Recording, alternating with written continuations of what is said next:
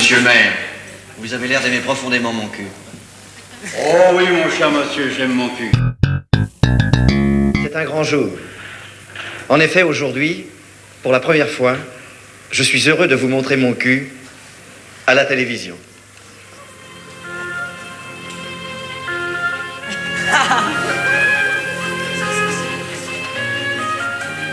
Nous voici dans la mairie de Montcuq, dans la salle de délibération du conseil municipal, où monsieur le maire, accompagné de ses adjoints et de ses conseillers municipaux, a bien voulu nous recevoir. Et je m'aperçois que vous êtes bien chauffés, puisque voici le fameux poil de Montcuq.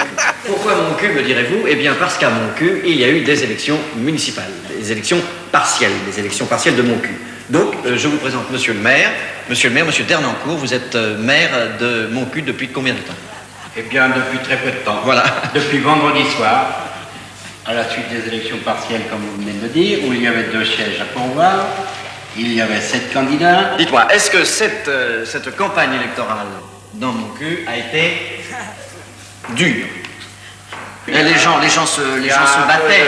De chicaya, mais enfin pas de coup de poing. Pas de coup de poing. La température n'était pas très élevée dans Montcuq. Non. Alors, quelle est la tendance politique de Montcuq? Oh, bien ici, la politique de Montcuq, c'est radical socialiste. C'est ça. Est-ce qu'il y a...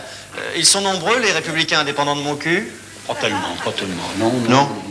Ce sont les socialistes de Montcuq, surtout. Oui, socialistes et radicaux-socialistes, mais principalement radicaux-socialistes. C'est ça. Et dites-moi, j'ai l'impression, là, on arrive dans une petite ruelle, j'ai l'impression que Montcuq est très étroit. Oh, la situation est pénible dans le centre du village. C'est ça. Et, ça, c'est votre mairie, là, voilà, alors on la voit bien. Est-ce qu'il y a, parfois, justement, dans la circulation, est-ce que Montcuq est bouché, des fois? Oui, ça lui arrive. Dites-moi, la nuit, Montcuq est bien éclairé? Oui. Très, très bien éclairé. Parce que je me suis laissé dire que c'était quand même un peu sombre, parfois. Oui ou non? Oh, non. Alors, il y a également une spécialité. Il doit y avoir des spécialités dans votre village. Par exemple, Montélimar, c'est du nougat. Et Montcuq, c'est du poulet. Vous faites des visites organisées de Montcuq. Visite organisée, c'est pas le mot, mais enfin, on leur permet de voir tout ce qu'ils veulent voir. Bon, ça, c'est bien. C'est bien. Et il y a beaucoup de choses à voir dans Montcuq. Surtout des vieilles pierres. Dites-moi alors, vous savez qu'il y a beaucoup et souvent des sondages d'opinion.